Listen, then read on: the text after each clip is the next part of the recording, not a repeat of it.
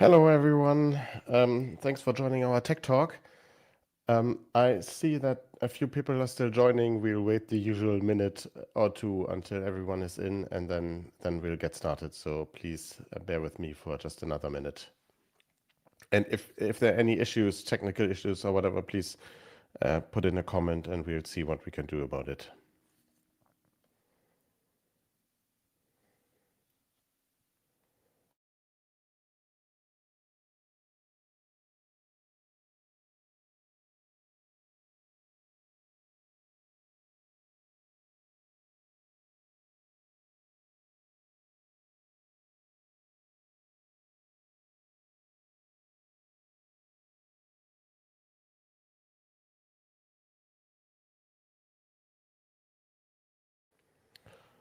All right, I think we can get started. It's almost 3 past.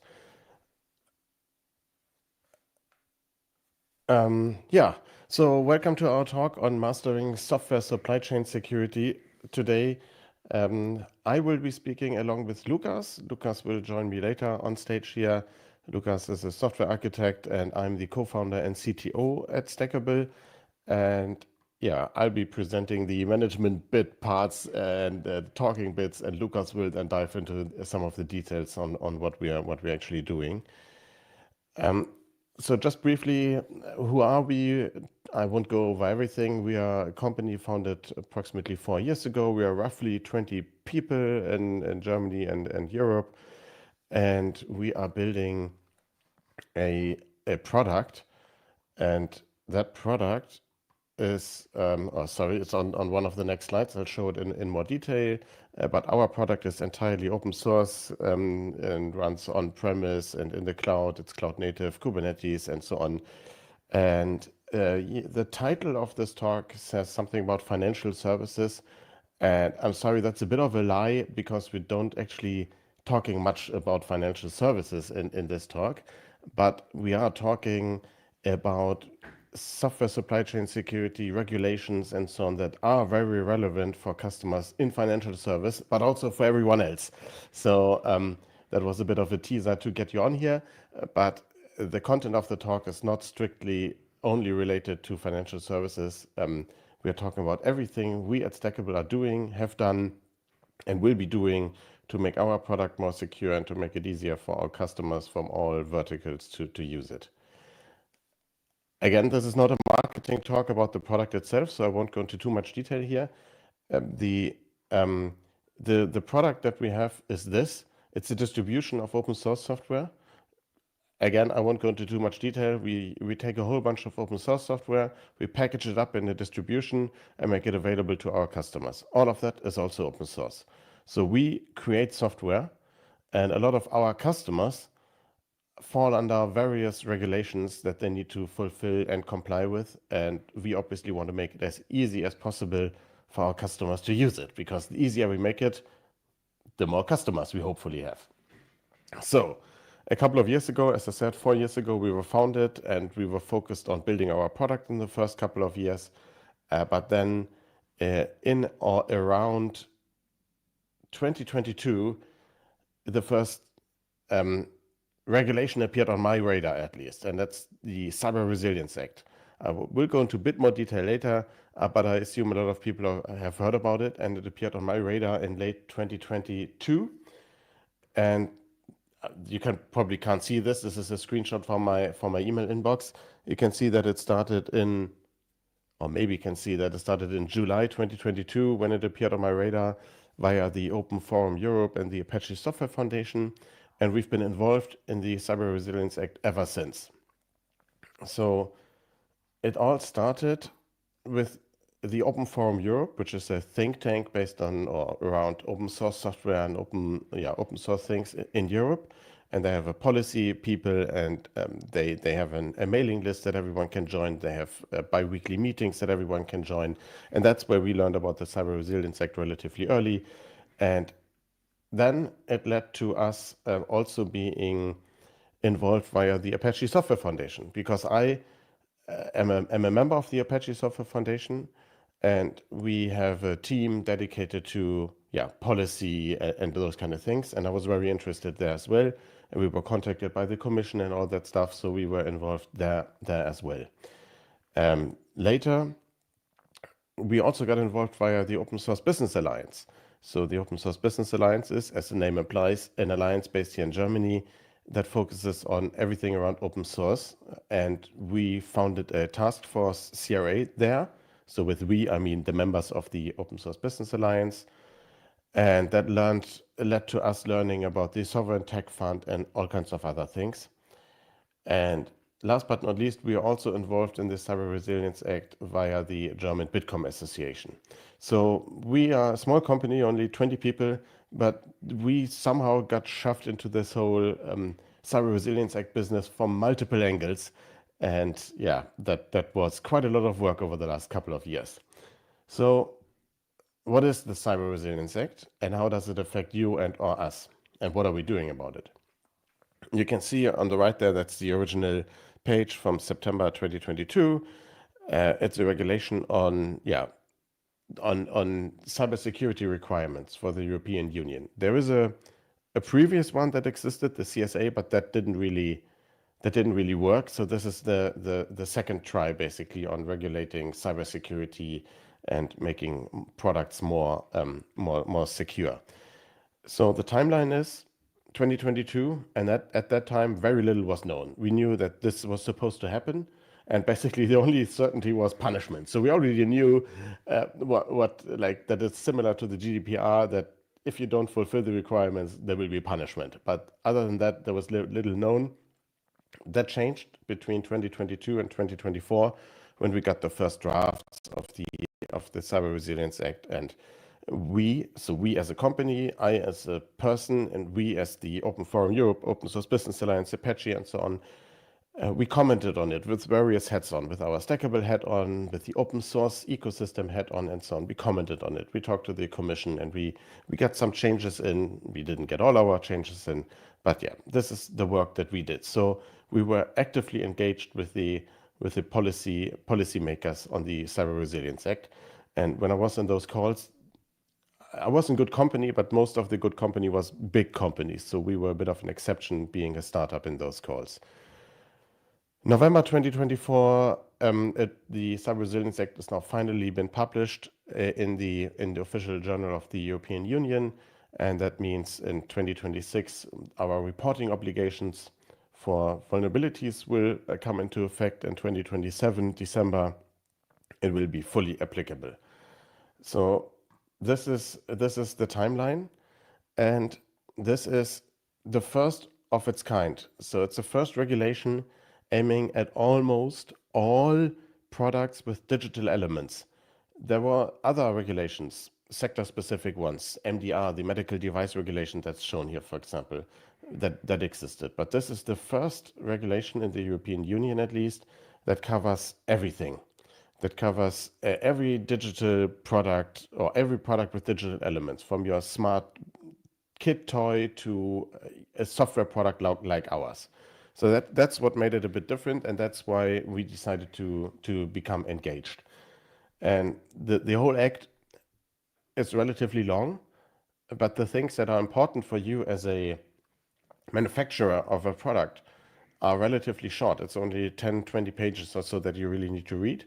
And I recently gave a talk on this at the Bitkom Forum Open Source that basically dissected the whole Cyber Resilience Act into a non-lawyer perspective to answer all the practical questions of what we as a company have to do to actually fulfill the Cyber Resilience Act. And if you're interested in all that detail, you're welcome to look at the presentation. It is in German, unfortunately, but if you're interested in it, I'm happy to translate it. So just ping me and I'll do so. Because we wanted to know, Cyber Resilience Act coming 2027, we want to get started today. What can we do?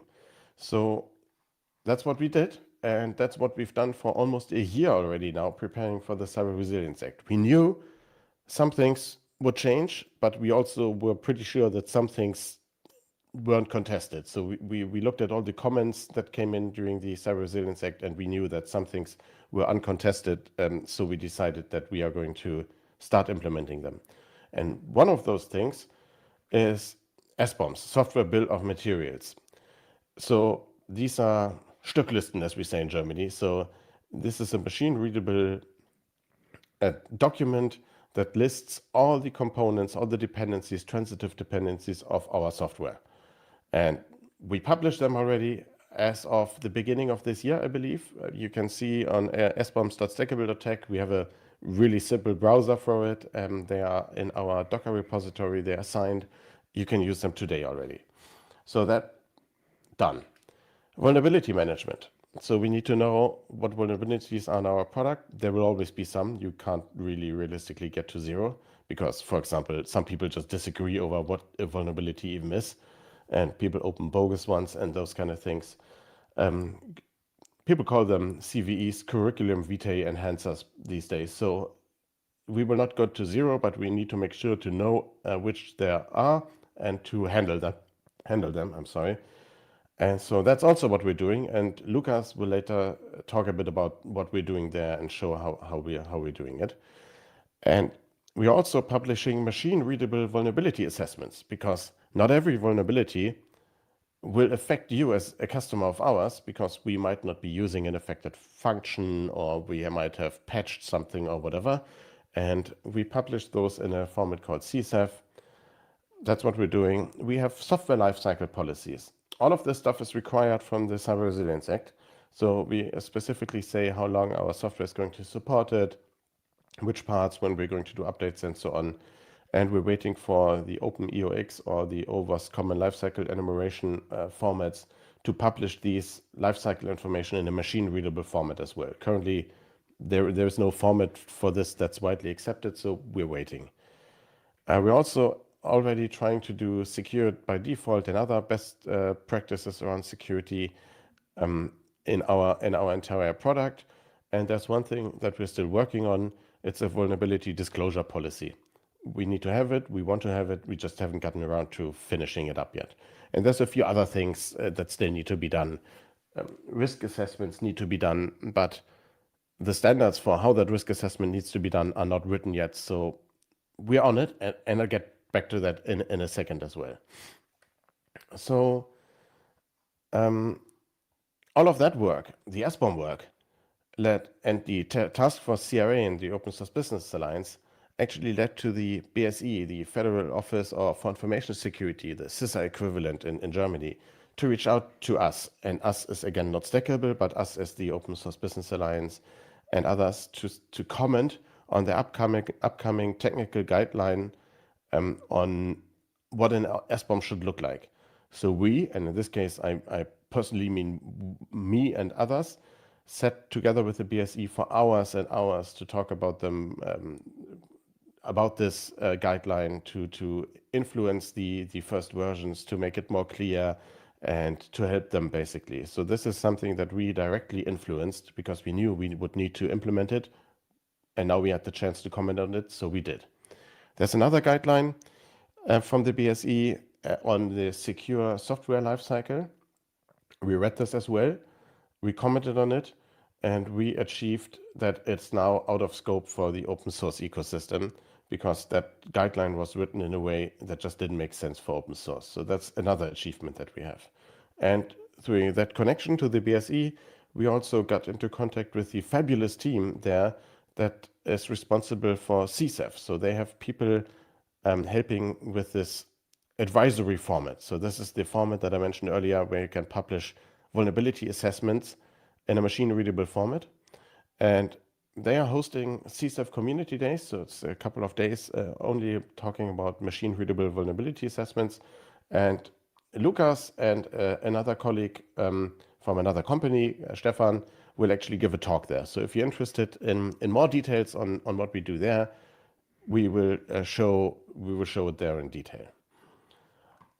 But our work, our non-technical work, let's say, didn't stop there. Well, actually, it was the next one is technical because we said, well, another thing that we can do already is we can create SBOMs. We know this is a requirement that will not go away. And we looked at it and we found that there's two competing formats, CycloneDX and SPDX. I like the CycloneDX documentation much better, which is why we picked CycloneDX. Totally non-technical reasons. The community was easier to reach and so on. And so we looked at Cyclone DX. It's a project from the OWASP Foundation. And we are working in the Cyclone DX Rust cargo plugin because some of our tools are written in Rust. We wanted to create SBOMs for them. The plugin didn't work as expected. So we took over maintenance. So we are now maintainers there, and we're maintaining the official OWASP Cyclone DX Rust cargo plugin. It's a mouthful, but that's what we're doing. And that, back to a couple of slides ago, led to us actually getting funding from the German Sovereign Tech Fund. Back then it was called Sovereign Tech Fund. Now it's called Sovereign Tech Agency, and the fund is a part of it. So we actually got funding to work on this Rust cargo plugin for Cyclone DX. So that was awesome. We got to work for 3-4 months on this, had freelancers help us out with it, and it's in a much better shape now. And we actually have an ROC up to integrate preliminary or precursor SBOM support into the Rust compiler or Rust or cargo itself. So we hope that this investment by the Sovereign Tech Fund will lead to lasting changes down the road. And now we were already involved in OWASP and Cyclone DX, and the BSE talked to us and so on. So it was a natural step to also join ECMA International. You might know them as a standardization organization that standardizes JavaScript or ECMAScript. I don't actually know what the official title or term is. So we are now members of ECMA International, and specifically their TC 45. So I have a seat on that gremium, on that committee, and we are standardizing Cyclone DX. So within this technical committee, we are sitting together and we take the OWASP Cyclone DX specification, and we're creating an official standard out of it, which will become an ISO standard going forward.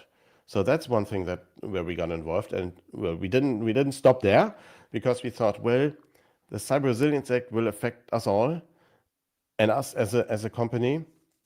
So there are 41 standards or something that have to be written for the Cyber Resilience Act. Standards that prove that you did the risk assessment in the correct way, that basically say that you can claim that you fulfill the Cyber Resilience Act. So natural next step for us was to actually join DIN. And we did this as part of our Open Source Business Alliance work. So Deutsche Institut für Normung oder Normierung, I'm not sure, sorry. So we are now DIN members, and as part of that, we were sent to the CEN, which is the European Norming or Standardization Organization. And we are members there in JTC 13 Working Group 9, which is the special working group on the Cyber Resilience Act. So we just joined this in September or October, I don't know, so it's relatively new. And the standardization request for the Cyber Resilience Act is not finished. It will finish sometime next year, but the work is already ongoing. So we as a company try to be involved not only from the sidelines, but we're actually trying to influence the standards that are being written for the Cyber Resilience Act, so we can make sure that we can fulfill them easily later. And we also didn't just want to complain, we wanted to influence the standards. So that's that. So this is about the Cyber Resilience Act, and this was a longer chapter. The next couple of slides, I'm almost done. The next couple of slides will be much shorter, but this is something that we can actually influence from our end, because it's a regulation that influences our product, and we can do everything we can to fulfill those requirements. So that's what we're doing. So there are a couple of other regulations. There's the Digital Operational Resilience Act and the Network and Information Systems Directive, NIS2 and DORA, and in both of them are in Europe. And in the US, we have the Executive Order 14028, and all of these, I won't go into too much detail, but all of them are about making, software, or not really software, but financial institutions in the case of Digital Operational Resilience Act, and critical infrastructure more resilient to cyber attacks and also non-cyber cybersecurity.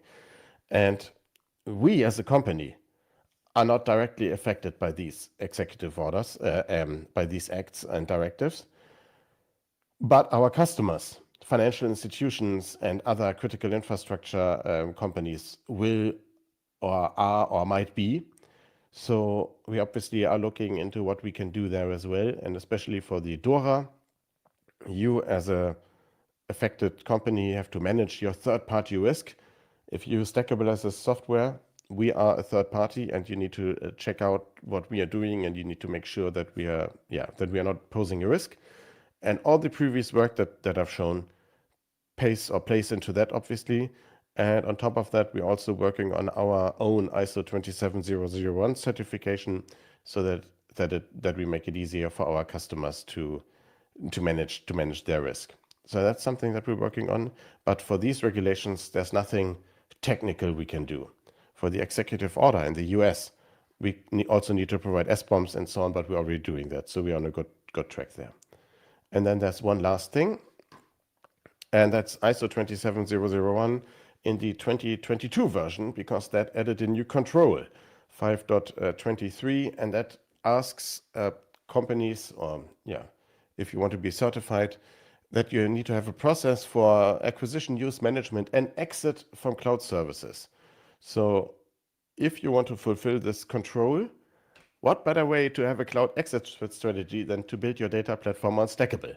So that's obviously one marketing instrument that we can use as well, because you need to have a process, or you need to manage the risk on your cloud strategy, basically, as cloud strategy policy. And with Stackable, you don't have any vendor login. It's open source. It runs everywhere Kubernetes runs. You can run it on Azure, Google, Microsoft. You can run it on-prem, Ionos, wherever you want. You can migrate between cloud providers easily. So that's one thing. If you're looking for your own ISO 27001 certification, where we can maybe make your life easier.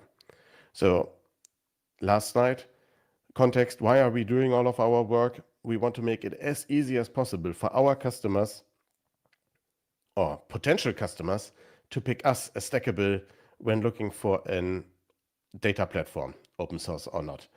And that's why we are spending all of this time and energy in the Cyber Resilience Act and all the related activities. And we're spending so much time with the Cyber Resilience Act because we believe that it's only going to be the first of its kind, and that other countries and your jurisdictions will get a similar regulation in the future. So that's it from my end. I'll hand over to Lucas in a second, but if there are any questions or comments or things we can do better, or questions you have about Cyber Resilience Act, SBOMs, vulnerability management, whatever, put them in the chat, contact us afterwards. We are more than happy to answer them. And with that, I will hand over to Lucas. Yes. Thank you, Lars. My name is Lucas. I work at Stackable mainly in the field of supply chain security, and I'd like to give you a rough overview of some of the things we do in that space. We published this image a while ago on our website, and I want to go over it really quick and then dive deeper into some of these sections. So if we start at the top left, this is the pretty normal, boring part. When you build software, you have your source code, you build it, and then you get some kind of artifact. And in our case, this is a container image. We publish this container image in a registry, and this is where customers pull our software from and actually run it in their environment. So these are all the components that are part of our data platform, like Apache HBase, Superset for data visualization, but also our own operators that make it easy to set up these tools and to keep them running. I won't go into much detail on the upper part here. We can do so later if we still have time, but I want to focus more on the lower part. So as a sort of byproduct for our container images, we publish these SBOMs, as Lars mentioned, software bill of materials, just a list of components, what is actually included in our container image. And we push them into our container registry as well, and we attest them to our container images. So we make sure that this is not just any SBOM, but it's a specific SBOM for this container image. And the reason we do that is customers can inspect what is actually running in their cluster. They could always do that because we're an open source company, and you can always take a look at our source code and how we build things and how we build the container image that runs in your cluster. But SBOMs really just provide a more accessible and standardized way for customers to see, okay, I have this Zookeeper version from Stackable running. What's actually in there? What are the Java libraries that are used? What are the system packages and so on? So transparency is one reason. Another reason is these SBOMs are a perfect source for vulnerability scanners. Because when you just pass a container image into a vulnerability scanner, the vulnerability scanner has to sort of guess what's in the image. Because scanning essentially is taking this list of components, going through every single component, and then querying multiple vulnerability databases for potential vulnerabilities that these components are affected by. So if a scanner doesn't have this list, it has to create it from scratch. And it does it by going through the file system, and it sees, okay, here's a jar file, that's probably a Java application, and it tries to obtain from the metadata what kind of component that actually is. But it's, of course, nicer if we provide the SBOM ourselves, because we have way more information available from our build process of what is in that container image than the scanner. If we take Rust or any compiled language as an example, so I create a Rust application, I add some packages, some libraries, and then I build my Rust binary and ship it as a container image. This binary might be production optimized, so it will likely not contain any debugging information of what's actually in the binary. So what happens is the scanner finds this binary and says, well, this is just a big blob of bytes, and I don't actually know what's in there. So it has no chance of obtaining information what libraries you use to build the binary. So it won't report any vulnerabilities. And this is actually a false negative, because it sees the binary and it says, well, there are no components, so I can't look anything up. And I will report that your image has 0 vulnerabilities, but the basic reason for this is I didn't find any information I could work on. So SBOMs are also a way of signalizing transparency towards vulnerability scanners. Like, this is everything we know we put in that image. So the vulnerability scanners can reliably work with that information. When you scan a lot of SBOMs, and we do have a lot of SBOMs, and we scan them daily with 2 different vulnerability scanners, you get a lot of scan results, and it's not really feasible to look at every single one manually. So we report them into a vulnerability management system. We use an open source tool called SecObserve for this. And in SecObserve, all these scan results are aggregated, and we can group them. We can slice and dice the data to find specific vulnerabilities that actually have a security impact. Because as Lars mentioned, many of them don't really have an impact. Actually, I found a number from Red Hat that they recently published. And Red Hat said of all the vulnerabilities in 2023 that affected Red Hat products, only 1.2% were known to be exploited. So the vast majority of all the vulnerabilities scanners will report will likely not be exploitable, and thus won't be a real threat to your runtime environment. So they're there, and it's not good that they're there, but an attacker can't really get any benefit from this. And the reason is, when you pull in any software library, you usually don't use all of its functionality. You'll use a subset of what this library provides. So when you use Spring and Java, you won't use all the functionality that Spring has implemented. So the likelihood that a vulnerability is in a part of maybe Spring that you don't even use is in practice pretty high.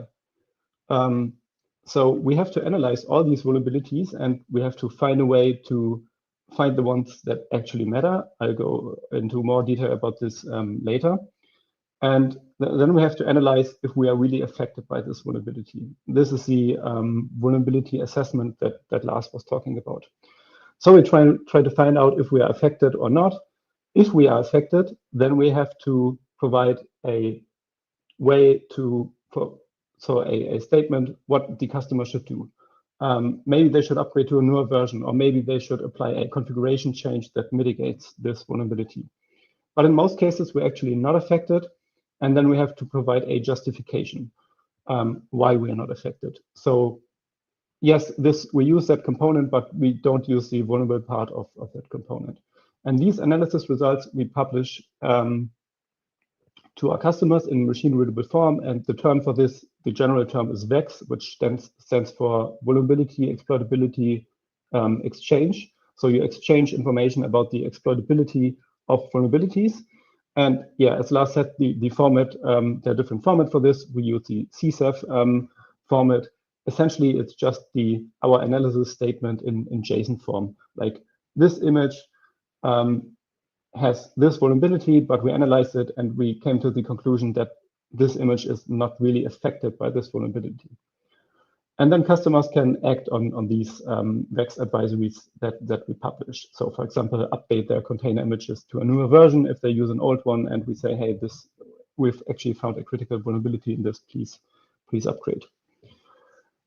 This was the high-level overview, and now I want to take a closer look at first SBOMs.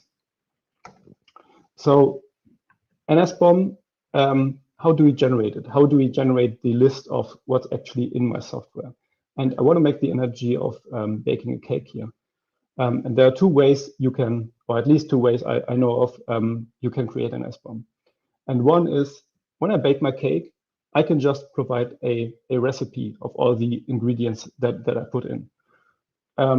But the problem with just providing the recipe is, maybe I made that cake for a friend, and that friend is allergic to gluten. And when he looks over this list of ingredients, he doesn't see gluten in this list, because it might be a subcomponent of flour, or maybe he's allergic to some substance that's in baking powder. Baking powder is not a real substance. It's rather a blend of different other things.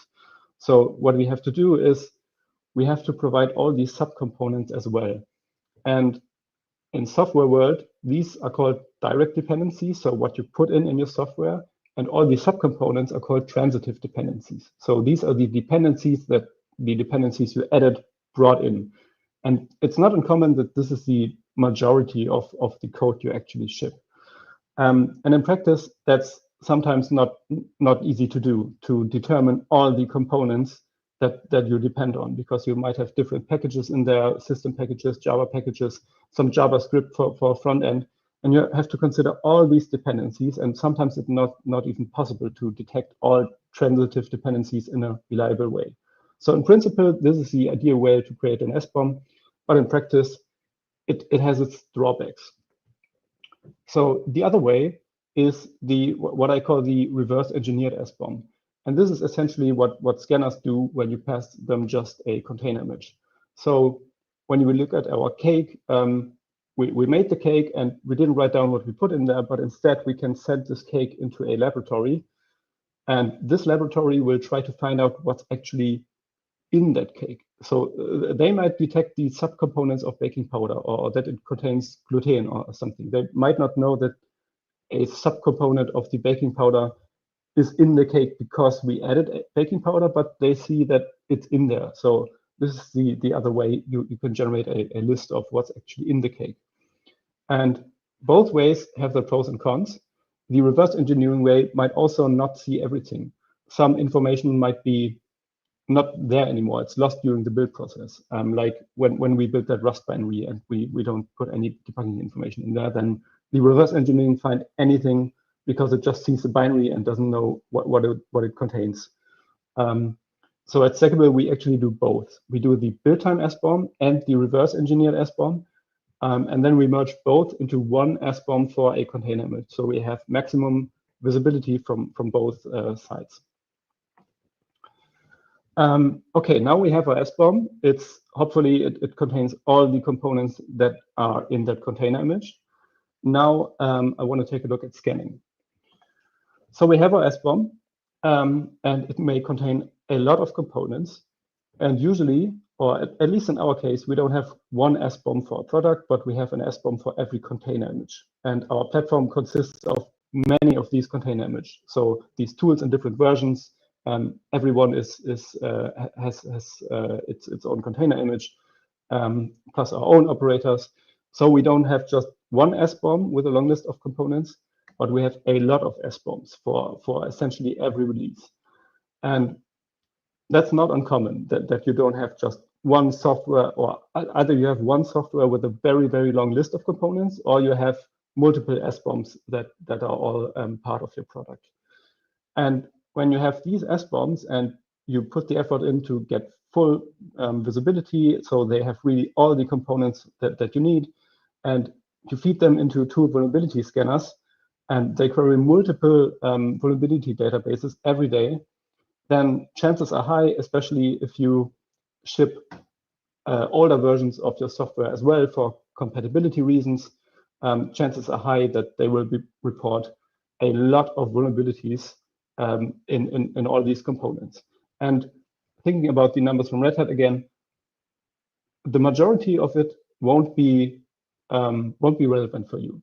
So the question is, in this ocean of vulnerabilities, how do we find the ones that matter?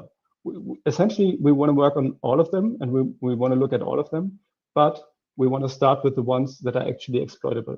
So if I have something like log4shell somewhere in my stack, I want to know it. I want this not to be just any random blue bullet in here, but I want it to be a big red one that's blinking and has a sign, please fix this now. Drop anything you're working on right now. This is critical. This can be exploited. We need a patch release today, if possible. But these will be the minority of vulnerabilities, these critical ones. So we want to make sure that we spot the ones that are actually critical first, so we can fix them instead of wasting time of analyzing vulnerabilities that don't really matter. And also because analyzing a vulnerability in depth really takes time, from anything from hours until days. So it's also, if you work on a lot of vulnerabilities that aren't a real threat to your software, you will waste a lot of resources.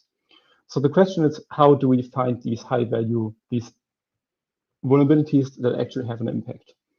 And there are certain metrics you can use to compare vulnerabilities, like how bad is a vulnerability essentially. And the most popular one still is a thing called CVSS.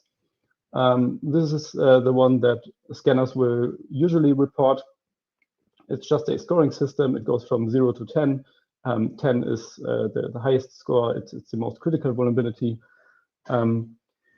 It's not bad, and we consider it as well, but it has some drawbacks. First of all, anyone can publish CVSS. It's a common vulnerability scoring system, so it's not a score, but a system. And usually when people refer to the CVSS score of a vulnerability, they refer to the one that is published by NVD, the National Vulnerability Database. But really anyone could publish a CVSS score for vulnerabilities, and Red Hat, for example, does it as well. And these scores might be very different. So NVD might say this has a score of 9, and Red Hat might say, well, we actually think it has a score of 4. So that's already a bit confusing. Which one should you use? And what you'll also find when you look at CVSS scores, you'll find some vulnerabilities that have almost the same score, but when you analyze them, you'll determine that these are not really in the same ballpark. So something like log4shell, which is very critical, it has a score of 10, and that's correct. But you'll find other vulnerabilities that also have a score of 10, and maybe no one has even proven how this could be exploited. So it's rather a theoretical vulnerability. So this negatively impacts your list of high-value vulnerabilities, because you have some bogus one in there still, and you'll waste time analyzing those. So people came up with some other metrics as well, and one that's gaining popularity is called EPSS, the Exploit Prediction Scoring System. What this tries to do is tries to estimate the likelihood that a vulnerability is exploited in the wild in the next 30 days. So these scores are updated daily, and it's a probability between 0 and 100% how likely it is that this will be exploited in the next 30 days. It's an estimation, of course. You can never be certain. But this is, we found that this is a way better score for us to compare vulnerabilities with, and we looked at many example vulnerabilities, and this score was almost always the better one to compare vulnerabilities, because it was more relevant. It considers a lot of factors. There are several papers about EPSS, how exactly it works, and in practice for us, this is just a better way to triage vulnerabilities than CPSS.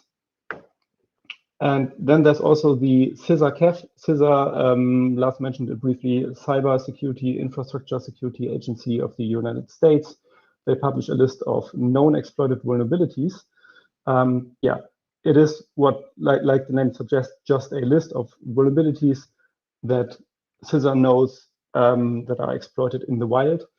There's also the VulnCheck list, which is essentially the same. VulnCheck is just a private company. Their list is a bit more extensive. And we use both these lists to quickly determine, is there any vulnerability in our stack that is known to be exploited in the wild? Because if there is, then we want to know about it, and we want to fix it at best right now. And then if I don't really want to focus on exploitability, I can also check if there's any fix available for this vulnerability I'm looking at. So what this means is, maybe I'm working on, let's say, HBase, and HBase has a pretty long release cycle, so it takes time until a new version is released. And I find that it uses an old dependency, and there's a newer version for that dependency that fixes some vulnerability. Then I don't want to bump just all dependencies to the latest level, because bumping a dependency always has a risk of negatively impacting stability. You have to go through the changelog, you have to run your unit test, your integration test. It's not an easy thing to do. There might be breaking changes in there, so you likely won't just bump all the dependencies. So you try to focus on the ones that actually fix vulnerabilities, and this is another way to prioritize vulnerabilities. So I want to look at all those that I can easily patch with a minor dependency upgrade, maybe. This is a screenshot of what it looks like in our vulnerability management SecObserve. So we have all these metrics, and we have different filters here. So I can say, please show me only vulnerabilities for our Airflow operator in the latest version 24.11. And I'm only interested in RPM, so Red Hat packages, and I want to sort by EPSS descending. So this is the interface we use to navigate this ocean of vulnerabilities, and we use it to actually spot the vulnerabilities that we want to work on first. And now, in the last part, I want to quickly talk about these analysis results. So if we found a vulnerability that we want to work on, we can click on it in SecObserve, and SecObserve provides us all this metadata. And what we see at the bottom is actually the dependency tree, and that is extracted from our SBOM in the end. So this is why it's really useful that we have all this build time information in our SBOM. So not only is a component contained in that image, but how did it get in? Because usually it will be a component that's deep in the dependency tree, and the tree we see right here is not even that big. We've seen way more complex trees, but you add the component on the left, and then it pulls in a lot of other dependencies, and they somehow lead to the component on the right. And if the component on the right, and this might be a component you've never heard of, has a vulnerability, it will not be obvious how it came in. So SBOMs are really helpful to determine how did this get in, and maybe we can bump some of the dependencies. Maybe we can bump the component itself, so the vulnerable component, or maybe we can bump the one on the left. Maybe there's a newer version of that component that doesn't depend on the vulnerable component anymore, or maybe there's some dependencies in the middle that we can remove or bump. But as said, we don't bump dependencies lightly. It's always a trade-off between security and stability of the software. So if for some reason we don't want to, or maybe we can't bump the dependency because there's no newer version, and we also can't remove it because usually it has a reason that the component is in our software, then we have to actually analyze the vulnerability to see if we're exploited or not. And on the right, SecObserve provides us with a list of links that are links to maybe security advisories from Red Hat. So maybe Red Hat has already analyzed this this vulnerability, or maybe some other security researchers have analyzed it. Maybe the maintainers of the package have provided a statement which provides more details about the vulnerability. Or maybe they even fixed it, and we can look at the fix commit to see what has actually changed in the code that helps us understand the attack vector and also helps us understand how we could fix this vulnerability. So if we analyze this vulnerability and let's say it's in a function that we don't use, then we can provide these back statements. So we would set the assessment status to we're not affected, and the justification to vulnerable code is not an execute pass. So the vulnerable code is there, but it can't ever be executed. Now, if I analyze a vulnerability, I can just publish the statement. All of the statements we do have to be reviewed by at least one other team member. So the same as programmers do with pull request, everything needs to go through review before we publish it. Yeah, and this is the last slide. This is just how if customers provide these VEX statements into their vulnerability scanner, this is how it will look like. This is a screenshot from Trivy, and when we say, hey, Trivy, please scan this image or this SBOM, but consider these VEX statements from Stackable, Trivy will say, okay, I found this vulnerability in this container. It affects the Avahi libs component in the Zookeeper image, but I do have a VEX statement from Stackable that says they analyze it and it's not affected. So they customers can mute these vulnerabilities, or if we are affected by vulnerability, then the scanner can enrich these scan results with action statements from us. So yeah, you're affected by this and you need to upgrade to this version. This is what Stackable provided. That's almost all I have. We publish these advisories at advisories.stackable.tech, and as Lars mentioned, our SBOMs are on sboms.stackable.tech. But I want to quickly sum up on why we actually do this. So when you run software or you plan a new software project, think about what would you need to do if someone asks, do you use a certain version of Log4j somewhere? That means what would you do to find out? Do you need to write an email to all of your software vendors and say, hey, do you use this version of Log4j anywhere? Or maybe these vendors provide SBOMs. And if they provide SBOMs, well, do they provide correct SBOMs? Or do these SBOMs just contain maybe 50 components while the software is clearly more complex? And maybe Log4j is not one of them, because the SBOM just say, well, we use this base image and then we have this huge Java application, but it doesn't mention Log4j explicitly. And to be clear, this is not to point fingers. Our SBOMs aren't perfect either. It's really hard to get everything right, but this is more a call that we have to make progress in this field. Not only because of the regulations, but these regulations are there for a reason. We see that supply chain attacks are more and more frequent. The supply chain is a valuable target for attackers, especially since it's so complex. So we like our customers to be in control, and our slogan is your platform, your data. And I think that also means that customers are able to reliably see what's actually running in the cluster and what manages their data. And this is not to put responsibility on them, but trust but verify. So you should trust your vendors, but I think it's great if you can verify things yourself if you really want to. So you have this transparency and see what's actually running anywhere in my software stack. So you're not dependent on asking 50 different vendors via email. Yeah, I think that's all I have for today. Feel free to ask questions about anything, and I'll give back to Sönke.